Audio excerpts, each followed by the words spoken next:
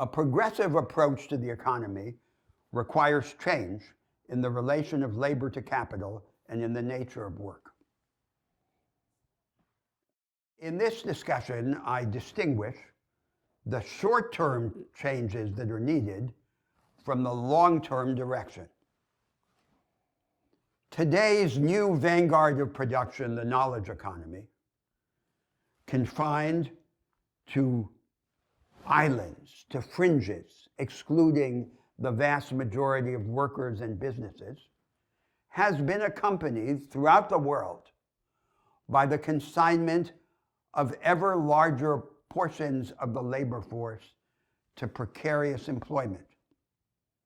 The firms that control the commanding heights of this new vanguard discover ways to transform parts of their production process into routines and commodities, and then to subcontract these parts to workers, unstable workers, in other parts of the world where wages and tax takes are low. Increasingly now, more and more workers are condemned to unstable employment. We cannot sustain a dynamic of inclusive innovation if we condemn the majority of workers to radical economic insecurity. Today in the world, there are two predominant discourses about labor and capital. There's the traditional social democratic discourse that fulfills the interests of the organized minority of workers to the detriment of the interests of the disorganized majority. And then there's the neoliberal discourse that, under the euphemism of flexibility, wants to condemn the majority to precarious employment and economic insecurity.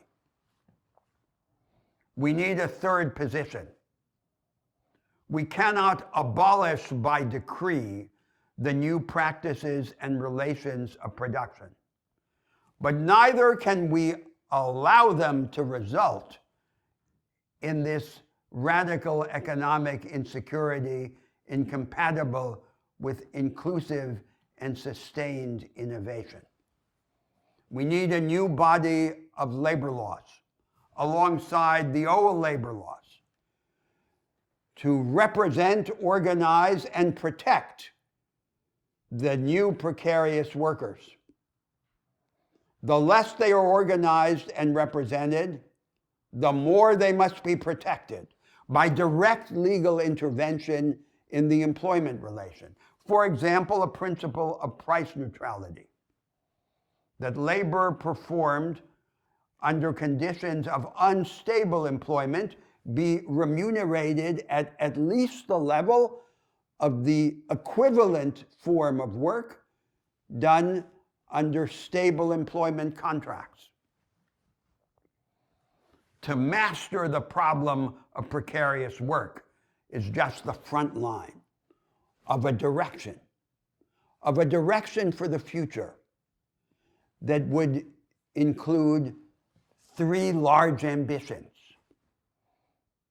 The first ambition is to change the relation between the worker and the machine. No one should be condemned to do work that a machine can perform. Everything that we learn how to repeat, we can express in a formula or an algorithm, and then embody the algorithm or the formula in the physical device, the machine. The machine is to do for us everything that we have learned how to repeat, so that we can reserve our supreme resource, time, for the not yet repeatable. The combination of the worker, the anti-machine, with the machine, then becomes immensely more powerful than machine or worker alone. But that momentous change is unlikely to happen so long as economically dependent wage labor remains the predominant form of free work. And thus we come to the second large ambition, which is that economically dependent wage labor should gradually give way to the higher forms of free work, self-employment, and cooperation.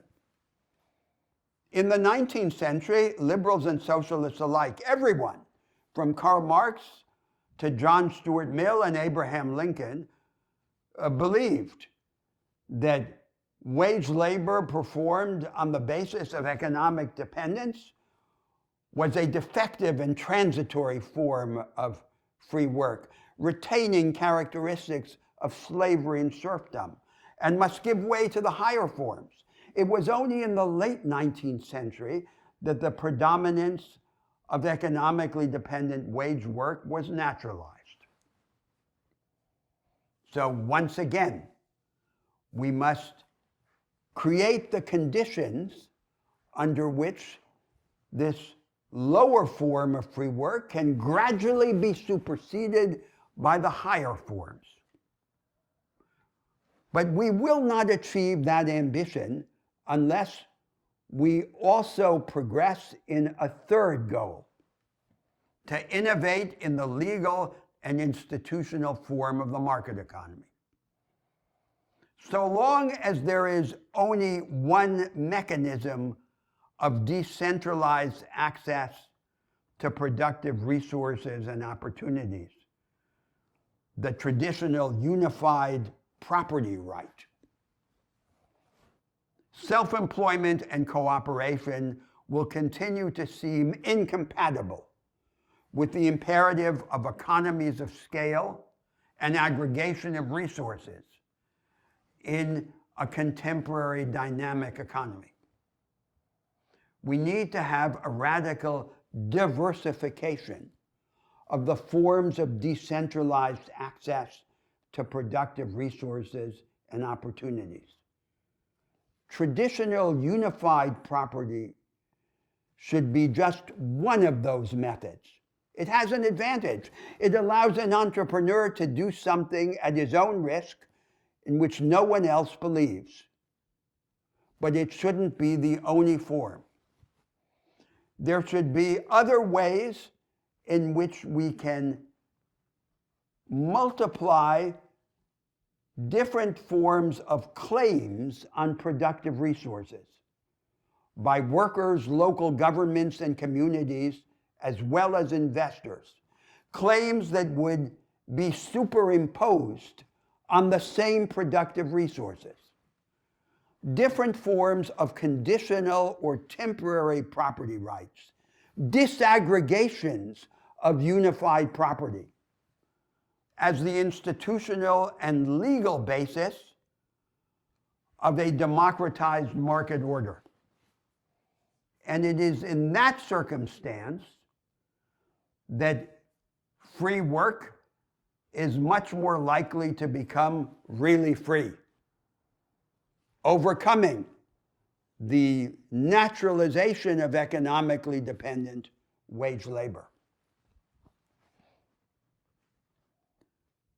Underlying all these goals is a large idea.